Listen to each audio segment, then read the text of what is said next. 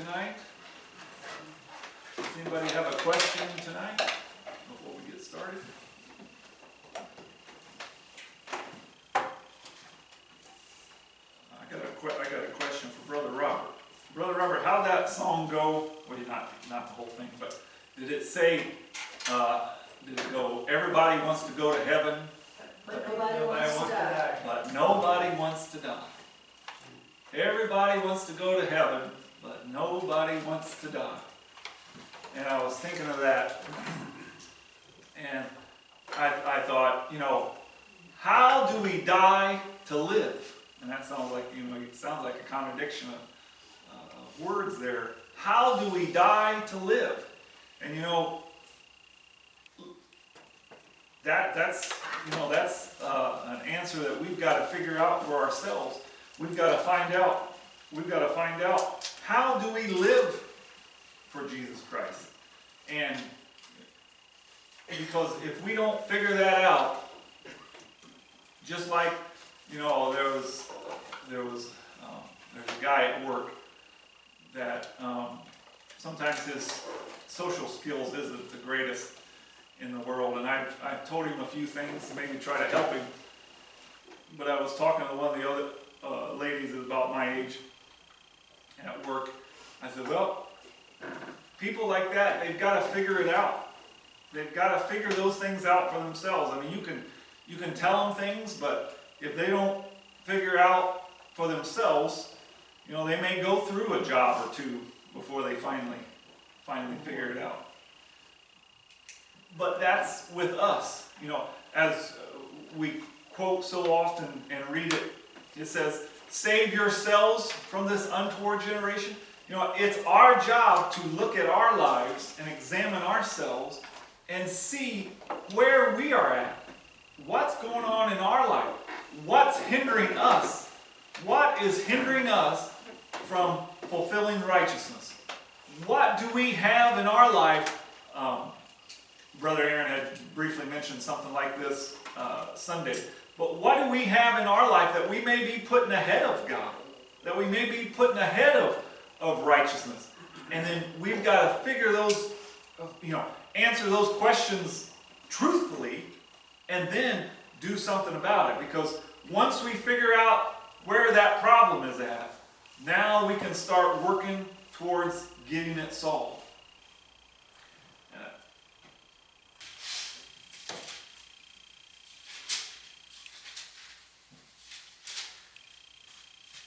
Let's go to St. John, the 6th chapter.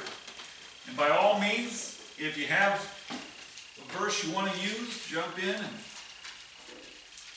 St. John, the 6th chapter.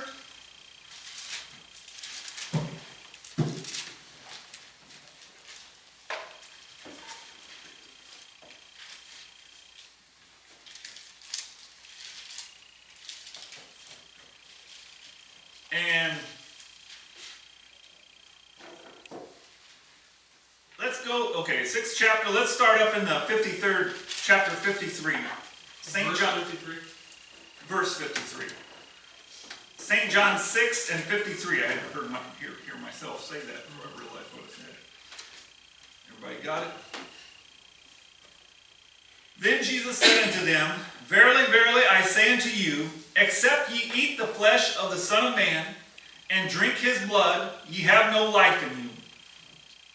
Whoso eateth my flesh and drinketh my blood hath eternal life, and I will raise him up at the last day. I looked up a verse back in the Old Testament. I can't remember where it was at now. But it was, and there's several of them, but they were talking in the Old Testament how, hey, when you kill something that you can eat, drain the blood. You are not to eat the blood. Because the verse that I looked at where it said, because there was life, there's life in that blood. That's right. And you know what? The same spiritually goes for us today. That we can have life in us through his word and spirit. Whoso eateth my flesh and drinketh my blood hath eternal life, and I will raise him up at the last day. Raise up this old body? No, This old body is going back to the earth. It's our spirit. It's our spirit. And, all of these things, as we get more and more people that stop in, we've got to pay attention to those things. We've got to watch, that something doesn't get implanted in us with maybe somebody that doesn't have as much understanding. We've got to make sure that we're clear and we're understanding. 55. For my flesh is meat indeed, and my blood is drink indeed. He that eateth my flesh and drinketh my blood dwelleth in me, and I in him. As the living Father hath sent me, and I live by the Father, so he that eateth me, even he shall live by me. We've got to take, as many times as we've talked about, the food that's set before us, we take that into our body, that natural food, we take that natural food into our body, and it becomes a part of us. It becomes a part of us. It fuels this body. This word and spirit that we are given, that we have, that we attain, it fuels this spiritual man. It gives this spiritual man fuel to do the things that he needs to do. We're striving to be an overcomer. And we've probably all experienced this. You could eat certain foods and they give you energy. But you can also do what? Eat certain foods and they get you tired, they get you lethargic, you just don't feel, you just feel drained. But we have this spiritual food that we're striving to be overcomers, right? You know what? You eat of the fleshly spirits, and let me see it have the energy to be an overcomer. It takes it out of you, doesn't it? You don't want to do it. You don't have the energy. You don't feel like it. You don't have the desire. But let's start eating some of God's word. Let's let his spirit guide us. Let's let his spirit counsel us in our everyday life. Let's do the things of righteousness. And now, how much energy do you have of being an overcomer? There's a big difference there, isn't it? When we fulfill these lusts of the flesh, there's no desire in there to keep my mouth shut when those thoughts come in my mind to say this or say that. There's no stopping whenever my actions want to do something of the flesh, when all I've had on my mind today are the things of the flesh. I haven't kept God on my... Hey, you know what I'm doing? I'm feeding this spiritual man fleshly works, fleshly actions, fleshly food. Not natural food, fleshly, spiritual food. And that's going to rob all the energy from this spiritual man to fulfill righteousness. It's just like eating a bunch of fried food. You eat a bunch of fried food for lunch, and if it does the same thing like it does with me, it zaps your energy out of you. Makes you tired. Wears you down. But we have food to eat in here. We have spiritual food in here that we've got to eat. That we've got to bring in our life. If I don't, here's something maybe we can ask ourselves this question. If I don't have the energy to fulfill righteousness, I need to examine myself and say, what am I eating? What am I eating that's causing me not to have the energy to be an overcomer? I examine myself at work. I've learned the things that I eat for lunch. I'm either going to have a real tired afternoon and be dragging all afternoon. Hey, I've learned to try to avoid those things. I've learned that, hey, if I go here for lunch, it's going to be a long afternoon. You know what? If I can learn that with my natural body, why can't I turn it around and learn those same things spiritually? For this spiritual man. Because this spiritual man is going to last a lot longer than this old natural body. and the things that we can gain, the things that we can get rewarded by fulfilling these righteous works, by feeding this spiritual man righteous food, it's going to be so much greater of a reward. Brother Mike, I've had those days where, the Lord was talking to me about, either reading or watching a video or listening to one of the CDs or something, and I've had the flesh, not really want to do that, but because of teaching and that knowing that that's what I need to do to keep my spirit alive.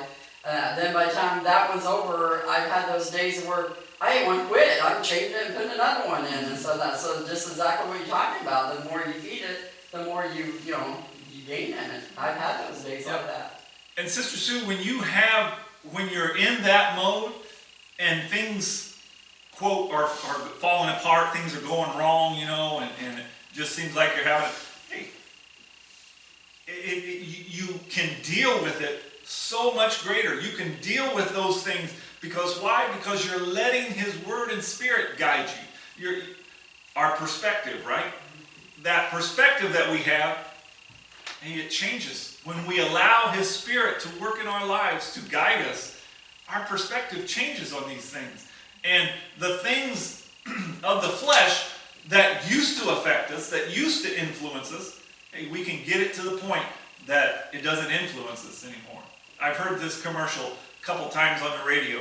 Well, it's not a commercial, it's a recording that they continue to keep playing to fill in time, probably while they're eating breakfast or something. But they said, you wake up on the wrong side of the bed and eat a pickle, and it affects your hormones, and it'll make you feel happier, make you feel better. And this lady says, if I'm not out of pickles, I'll drink the pickle juice in the morning. And if you get up on the wrong side of the bed, it helps you to have a better day. And I thought, I don't have to drink that old pickle juice. I was going to say, thank the Lord, because I don't like it. Wait, I see it in here. I'm glad that I don't have to drink that old pickle juice to make sure I have a good day. You know what? I've got His Spirit to help me to deal with whatever goes on in my everyday life. If you're not a pickle fan, you're out of luck. You're going to have to do some research, Sister Sue, and find something else that's going to pep you up, right? We don't have to worry about these things that man looks at, does it? We can use His Spirit and His Word, and that can pep us up. That can give us encouragement. That can, many, many times, and you can probably testify to this too, many times, I need strength, I need encouragement. What do? We get down and pray. Get down and pray. Get a hold of God. And I go back to so often Jesus praying in the garden. Hey, He was sincere in that praying. We've got to understand that we've got to be sincere with our prayers. We've got to be sincere with our prayers and really, Sister Sheila, really mean it. And and have some actions in the past to back it up, right? Have those actions in the past to back it up.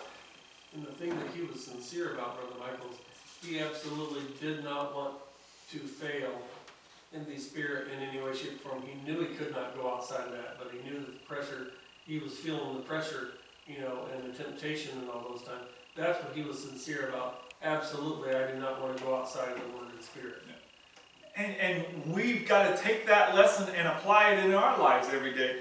We've got to understand that, hey, those old fleshly spirits want to destroy us. When I would do good, evil is present, right? And what was my prayer request earlier? Hey, when someone starts to draw closer to God or starts to hang around, starts to get a little different attitude than what they had before, what happens? Those old fleshly spirits say, hey, whoa. You're getting a little too close. Things are starting to, and the old fleshly spirits are going to have to start working. They got to work. They not only work on us, but they work on others too. It's those ones that are willing that are, go back to Matthew the 5th chapter. And one of those first few verses in there, it says, they that hunger and thirst after righteousness.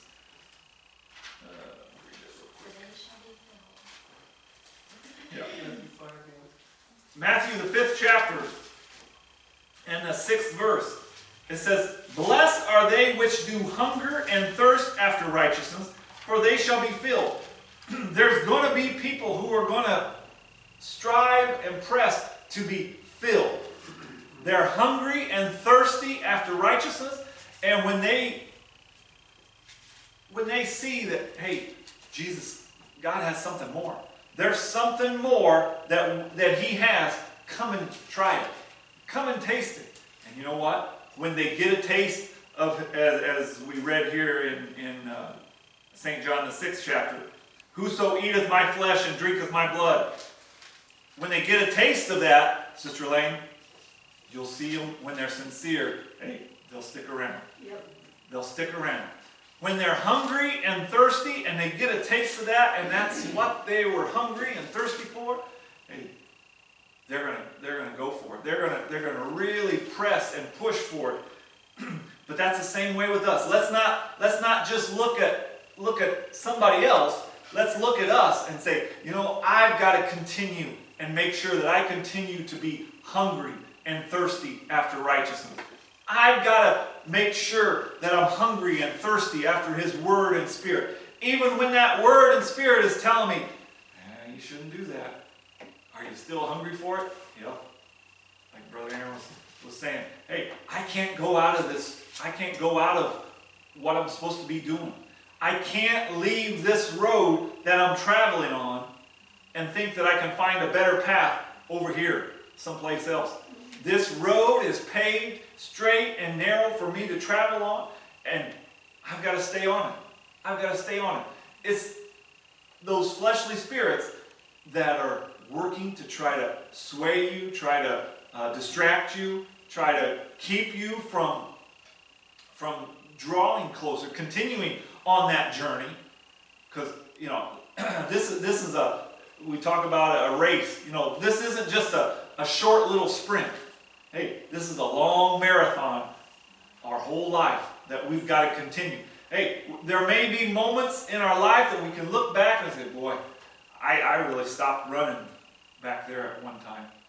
But then what did you do? I took off again. I took off again. I may have stopped for a period of time. I may have done this for a period of time. I may have done that for a period. But you know, our goal is to keep moving forward. And it doesn't matter now what we did in the past, right? Those things are back in the past. Now, what am I doing about it now? What am I still running, or am I still in a cycle where I'll run, stop, go backwards? Oh man, I'll start running again. Where am I going now? Just in a circle. I'm not making any headway. I'm not making any distance forward. I got to continue this journey, continue this path, that each and every one of us that are here tonight, hey, we've heard His call. We've heard that voice in our head. We've had our conscience bothering us on things. So you know what He's doing? He's trying to draw us closer, trying to draw us into more righteousness, into more of a close to Him. Because as we draw closer to Him, what? He's drawing closer to us. Is He just telling us these things just for the fun of it? No, it's for our perfection. As I was thinking of that. I don't think we read it Sunday, but there, I think in the book of Ephesians, I ran across it as Brother Aaron was teaching Sunday, and he said it gave some apostles and some prophets, and what for what purpose? For the perfecting of the saints. For the perfecting of the saints. As either the word comes forth from the ministry, or the word comes forth while you're driving in your car, or whether you're sitting at home all by yourself. In your mind, as God either brings His word forth through the ministry, or brings it forth while you're just quiet in your mind, it's for our perfection. It's for us to draw closer. it's for us to be a more righteous vessel for Him. And if we're not willing, if I'm not hungry for that food that He's setting before me, I'll turn it away. And I gotta eat something. I gotta eat something. Just like in the natural, this body, if I stop eating, I'm eventually gonna die. This spiritual man, he's gotta eat something. Are you gonna give him righteousness to eat? Or are you gonna let these fleshly works continue to keep being fed in your life? Hey, we've got to look at it and say, I can't be an overcomer by continuing to fulfill these lusts and desires of the flesh that war against my soul. These things are going to destroy me. These things will kill this spiritual man. And I don't want it. I want to be dead to the things of the flesh, like at the beginning of the verse or beginning of the service. I need to die to these things of the flesh so that I can live in God. This mortal man, he's got to put on immortality. This flesh man that you see in front of you here, flesh woman that we see in front, we've got to put on righteousness. Yes. Not years on down the road. Do it now. Let's do it now. Let's fulfill that now, because that's how we're going to save our soul from this untoward generation. That's how we're going to feed this soul righteous food. And if we're not willing to do that, then these old fleshly spirits, they're going to take us over. Somebody have another one. Romans, the 6th chapter, definitely talks a lot about what you've been talking about. Go to Romans the 6th. And describes what being dead to live is. Romans the 6th chapter.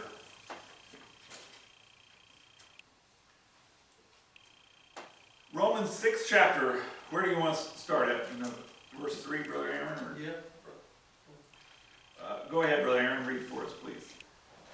Know ye not that so many of us as were baptized into Jesus Christ were baptized into His death? Hold on, brother.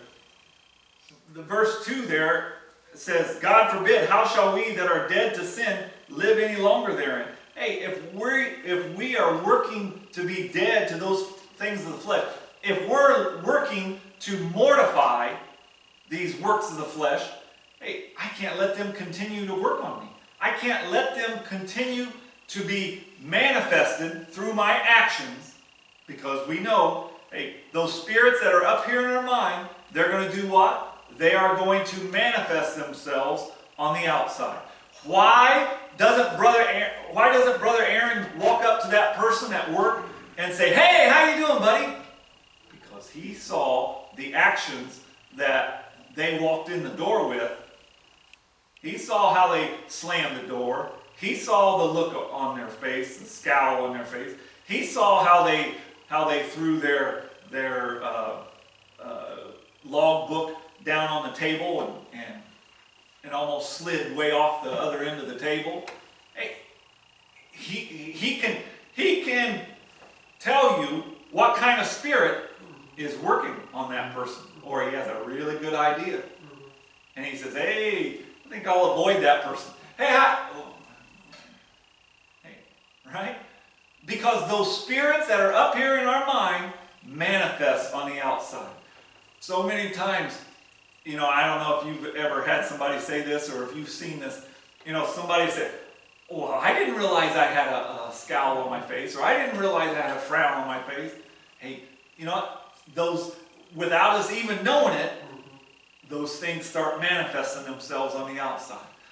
And those spirits that are up here in our mind, they are going to manifest. Say, I'm going to hide it. I'm going to hide it. No, it's going to manifest.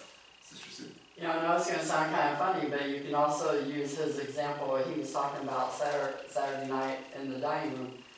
He could clearly see that guy that was eating those Cheetos things. If he touched his pen, that orange stuff's going to come off onto his pen. So he could clearly see that in the natural. So same thing in the spiritual. And if you're observing, and that you can clearly see what's going to come off onto you if you get too close or get around. And if we are hungry and thirsty, Sister Sue, after righteousness, we don't want to have anything to do with that. You know, Brother Aaron's valued that pen enough that he says, I don't want to cover it in that orange. Now, how am I going to get it off? I don't want to. Hey, if we put value on these things, we're going to work at it. We are going to take care of it. We're going to strive to make sure that it gets done or that it stays in our life. That's why we've got to really have that desire and that hunger and thirst that, Lord, I don't want to lose you. I don't want to, as these sermonettes we've been having, I don't want to, Sister Sheila, fulfill these things of the flesh. So in turn, I'm going to do what? Well, you better have a plan, right, Brother Aaron? I say I don't want these things of the flesh to happen in my life. Okay, so now what am I going to do about it? So now what am I going to do? As that spirit goes out of the man, you better make sure you got it fulfilling with righteousness, because there, as we've been learning, he's coming back, and he's going to bring some more friends with him. He's going to bring some more spirits with him, and they're not going to be righteous. Hey, we've got to fill our house, fill this mind up here. Start filling it with righteous spirits. Start filling it with righteous works, because those spirits, they're looking for a home. Fleshly spirits, they're looking for a home, and they want to abide in your house. They want to abide in you. All right, go ahead, Brother Aaron. Verse 4. Therefore we are buried with him by baptism into death, that like as Christ was raised up from the dead by the glory of the Father, even so we also should walk in newness of life. For if we have been planted together in the likeness of his death, we shall be also in the likeness of his resurrection. Knowing this, that our old man is crucified with him, that the body of sin might be destroyed, that henceforth we should not serve sin. For he that is dead is freed from sin. This 6th verse says that our old man is crucified. Is that the 12th chapter or the 16th chapter here in Romans? Crucified with the affections of us. Galatians. 5 and 24 maybe. Knowing this, that our old man is crucified. Now, what are you crucifying? I've got to kill off. We'll go along with that Colossians, the 3rd chapter. Hey, I've got to kill, mortify, get rid of these old ways, these old actions. I've got to crucify these old ways. What's that verse say? And they that are Christ. And they that are Christ, if we're going to be Christ, if we're going to be his people, so now if you see somebody that says they are Christ, they are God's people, there better be some other things going along with it, right? Not just words that comes out of my mouth. Go ahead, Sister Sheila. Have crucified the flesh with the affections and lusts. That person is going to be crucifying the flesh with the affections and lusts. We have to make sure we are in that category there, where we are crucifying the flesh with the affections and lusts. If we're going to be his church, we got the name on the building, right? Got the name out there on the sign. We call ourselves his church. We say we're his people. We better be crucifying the flesh with the affections and lusts. Hey, there's things that we've got to be fulfilling. Here in the 6th chapter, Brother Michael, have someone to read, go down to 22. Come down to 22 there, Brother Aaron. But now being made free from sin and become servants to God, ye have your fruit unto holiness and the end everlasting life. Ye have your fruit unto holiness. Hey, we're supposed to be bearing fruit. Those actions that we're bringing forth. Hey, we've got to bring forth holiness. We've got to bring forth these things in our life. It's your example. It's not mine to tell you that, hey, you're doing this and you're doing that. You know what? God speaks to each and every one of us in our mind. God tells us, God shows us, He reveals these things to us. Each, I know for me, you know for you, and you know, it's our job to clean it up, right? It's our job to, if I see, you know, Susie will say, hey, I spilled some coffee on my shirt. When you wash that, can you make sure you spray some stain remover on it? So what do I say? I say, hey, as soon as we get home, let's do it right then, right? Let's not let it wait, because what happens when you let it wait? She'll throw it in the laundry basket. It may be Wednesday. Friday night, I say, okay, I'm going to get some clothes done. What will I do? I'll pick that shirt up, forget all about the conversation we had Wednesday night, and just toss it in the laundry. She'll get that out, she'll put that on for work the next time. Hey, did you spray this? This must not have came out. You know, what happens when God says to, hey, I want you to do this, I want you to do that. Say, well, Lord, I'll do it later. I'll remember it later. I'll do it later. You know what? Some distraction.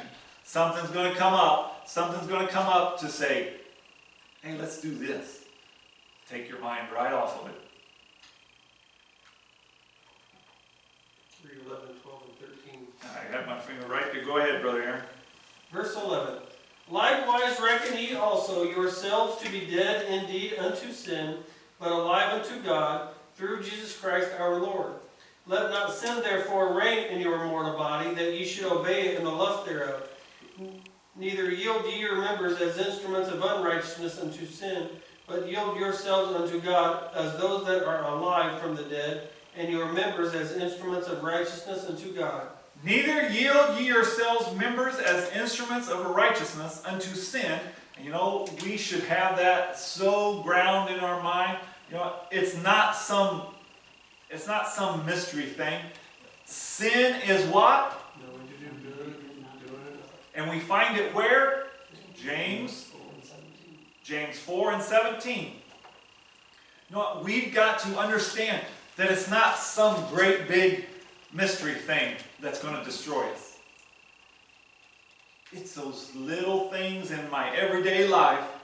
It's those things in my everyday life that I know to do, and I turn it down. I find something else to do. Those things that I know to do and I don't do them, those are the things that are going to drive me away from God. Those are the things that are going to put that wedge between me and God. You know, out there splitting that wood for Brother Robert, and you take that solid piece of wood, and you know what? You take that wedge and push it through there, and what does it do, Sister Lane? Breaks it. Splits it right up. Splits it right open. You know what? You do the same thing in your life. You can be a solid vessel as can be. But if I allow the works of the flesh to come in, Sister Lane, you put that log on that wood splitter, and that thing, it just pushes right in there. Sometimes it's almost like it's butter. Just about. Doesn't seem like it has much effort at all to stop it. Those fleshly spirits will do that same thing to us. You can be solid. Read those 4 grounds. Hey, you can be on fire, you can be joyful, you can be excited, but you allow those lusts of the flesh to enter in, that war against the soul, and it will split you right down the center. It will take you right away from what God wants you to do, and it'll destroy you. It'll destroy you. Let not sin therefore reign in your mortal body. Don't let those things constantly that you know to do good, that you know that you're not supposed to do, but you continue to do them anyway. Hey, break yourself out of that cycle. Get out of that mode. Get out of those things. And it can, you know, let's dig down all the way to the very smallest things. Because you may be working on all these big things and got those all accomplished. So is there a stopping point there? We have a boss at work, and he says, hey, we've done this and we've done that. Now let's take it even farther. Let's dig down even deeper, and let's start even making it even better, even more improved. That's what we've got to examine ourselves in our life. We may have been doing good on all these things, A, B, and C, but let's continue and to go to D, E, and F and say, hey, let's fix these along with it too. Because it's only going to do what? It's only going to make us better. It's only going to draw you closer to God. It's only going to reveal more and more of His Spirit, more and more of His righteousness in your life, more and more of His power in your life, and you're going to say, whew, that was God. That was God.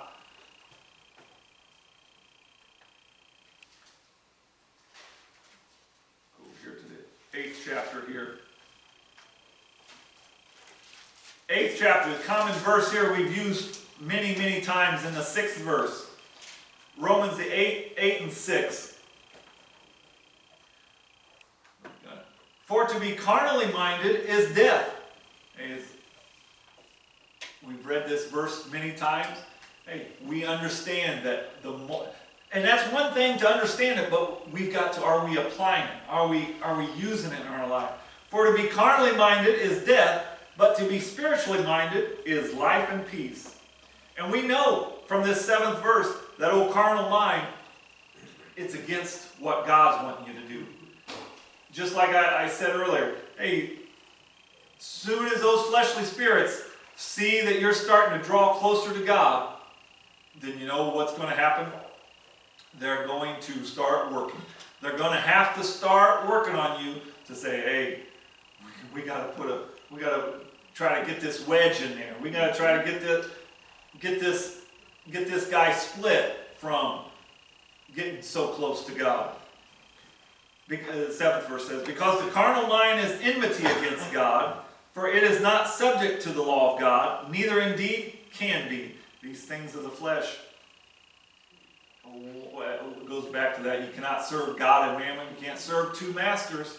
Hey, we're either going to fulfill the lusts of the flesh, or we're going to fulfill the lusts and desires of God. Because those lusts and desires of God, hey, they're gonna save your soul. You're going to be desirous about these righteous things. You're going to be seeking after these righteous things. They're not just going to be somebody else's doctrine. Hey, you're going to make them your doctrine, and you're going to seek after it, and you're going to, you'll be the one that they'll look at like they did in the book of Acts and saw the boldness. Somebody can say about, you fill in the line of your name, they saw your boldness, and they said, boy, that wasn't like her in the past. That wasn't like him in the past. What's happened to them? Hey, God's Spirit and His Word is what's happened to you. But it took effort. It took work to get to that point, right? It took putting down these things of the flesh to get to that point. We understand you just don't snap your fingers, but it never gets there. Sister Lisa, we were teasing Sister Lisa up here singing Sunday. She's got a beautiful voice. You couldn't hear it when she first came. She's real quiet. But as she gets more freer, as she gets more confidence, hey, she gets that voice and she belts it right out there. Her and Sister Sheila. Hey, the same thing with us when we see that power of God working in our life. And we see how He works things in our life where we didn't see an answer to it. The old flesh man didn't know how it was going to get accomplished. But all we knew was to say, Lord, I'm putting it in your hands. I'm letting you lead me. When we see that power of God working in our lives, we can carry that over into the next situation. And then the next situation. And then the next situation. And pretty soon, hey, we're up here belting it out and not having a care in the world of who's hearing me, who's looking at me, who's standing beside me. Who knows, Sister Lisa may start singing solos. Hey, you know what? You let the power of God work on you. And the things that you laugh about now, they become reality Yes. later on. I should get up and testify. She said, boy, a few years ago, I would have never told you that I would have done this. But look what the power of God can do for you. Look what the power of God will do for you. And if we will continue to be obedient, if we'll continue to be submissive, here in that verse here in the 6th chapter, it says, neither yield, this is the 13th verse, neither yield ye your members as instruments of unrighteousness. But then the next part it says what? But yield yourselves unto God. As long as we will continue to yield, because we weren't doing that before. We got to start doing it. If there are things in our life that I'm not yielding myself to God, I've got to start doing it. Don't look at it and say, well, I'll do it later on. No, let's start doing it now. Let's start yielding ourselves now, because as we continue to yield ourselves to God, yield ourselves to His righteousness, hey, we'll be alive. We'll come out from those things. Our perspective will change on these things. The way we saw them in the past, they won't look the same anymore. They won't look the same anymore.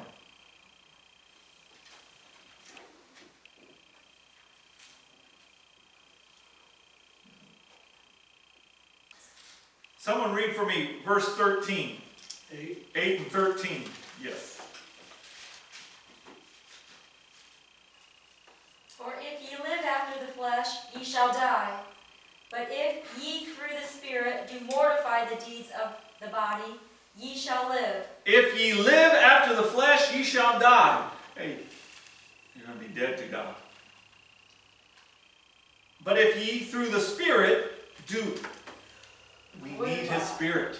We need His Spirit, Sister Lane, to mortify these works. We need His Spirit to mortify the deeds of the body. Ye shall live. And then read verse 14. For as many as are led by the Spirit of God, they are the sons of God. As we allow this Spirit to guide us, and we don't allow the fears and the doubts and the cares of what man thinks about me, all of these things that come up to try to hinder us, pride, all of these things that come up to try to hinder us from fulfilling righteousness, as we continue to be led by the Spirit of God, those things that bothered us in the past, or that had control of us in the past, we get to the point where they don't have any power over us anymore. It's just, Sister Angie, we just brush them away. But you know what? We knew that in the past, they did have a hold on us. They did have a control on us. It was scary when that old fear came around. It affected me. But you know, we have an opportunity now where we can look at it and say, you know, I've seen the power of God working in my life. I know what He can do.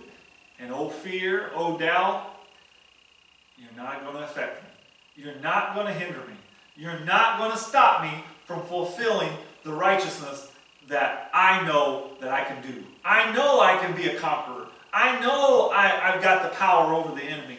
Now we've got to prove it. Because that may be that first step to saying it. But you know, now you've got to fight the battle. Now, because those spirits will say, okay, well, I hear those words. Now let's see if he or she can back it up. And that's what we've got to do, is back it up. The opportunity is going to come up to say, well, do you really mean that? Are you really willing to die out to these old fleshly spirits? You really want us to leave? How about if we leave tomorrow? Hey, those spirits will say, we'll stay for now. We'll leave tomorrow. You know, they'll be back again. They'll be back the next day, and they'll just continue to hinder you. They'll continue to harm you, continue to hurt this old spiritual man from fulfilling righteousness. But it can stop now. It can stop with us today, because God's revealing it to us. Each one of us, we can see it in our mind. We know it in our life. We know what these things are in our life. It's us that we've got to take that step forward and say, it ends now. It stops right now. These, you fill in the blank. I have mine, you have yours. It is got to stop now. Because what happens if it doesn't stop? That old hole in the roof keeps getting worse. What'd you say, brother? It's going to continue and grow. It's going to continue and grow. It's not only going to hinder, that hole in the roof is not only going to just hurt the wood around that hole in the roof, but the water, everything else that's going to come in through that, whether you got bugs, birds, whatever, animals, raccoons, all these things that are going to come in there, isn't just going to affect that one spot there in that roof, is it? Hey, Brother Aaron, it's going to get down into your attic. It's going to come through the ceiling. It's going to get down on your carpet. It spreads, doesn't it? Those fleshly spirits, they're not going to just stop at just that one little thing. Hey, like we said earlier, they're going to come back and bring 7 other spirits more wicked than themselves, as the verse said. Hey, those fleshly spirits, they're not going to just allow you just have a little bit of the flesh. I'm just going to have a little bit of it. No, it may start out with just a little bit, but you're going to see how it's going to give them an inch and it'll take a mile. The old saying. We saw a new one. It says, "Give the devil an inch and he'll become your ruler." Oh, I've never seen that before. yeah, that is a good one. That is a good one. Hey, but it's a true point. Those fleshly spirits, they want to rule in our lives, and they will if you allow them to hang around.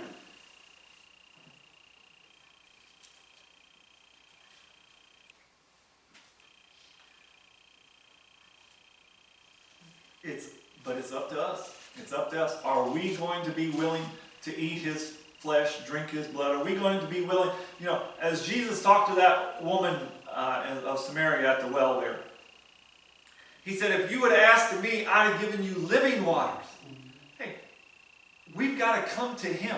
He has what we need. He has the things that we need. But we have to come and ask for it. We have to come and seek for it. We have to come and search for it. What are we doing with all those things? We're putting an effort forth to show that you want something. People that have horrible attendance at work or at school, what does that tell you? They don't want to be there. They don't want to be there. If I am not attending to God's righteousness, what's that tell you about me? I don't want it. I'm not putting it. What, brother? I don't have the hunger and that thirst for it. I'm not putting an effort forth. Hey, as an adult, it's obvious. There are things happen. You get sick. Kids get sick. But if this goes on for months, years, well, most places it ain't going to go on for something like that. But hey, something else is taking the priority, right? The same thing when it comes to serving God. When we put something else first before God, and that can be in my everyday life, my own lusts and desires, my own feelings, or whatever it is, it's telling God that, hey, I love something else more than what I love you. As Brother Aaron said, I have a hunger for something else more than I have a hunger for your food, for your righteousness. But but that's where we were at before, right?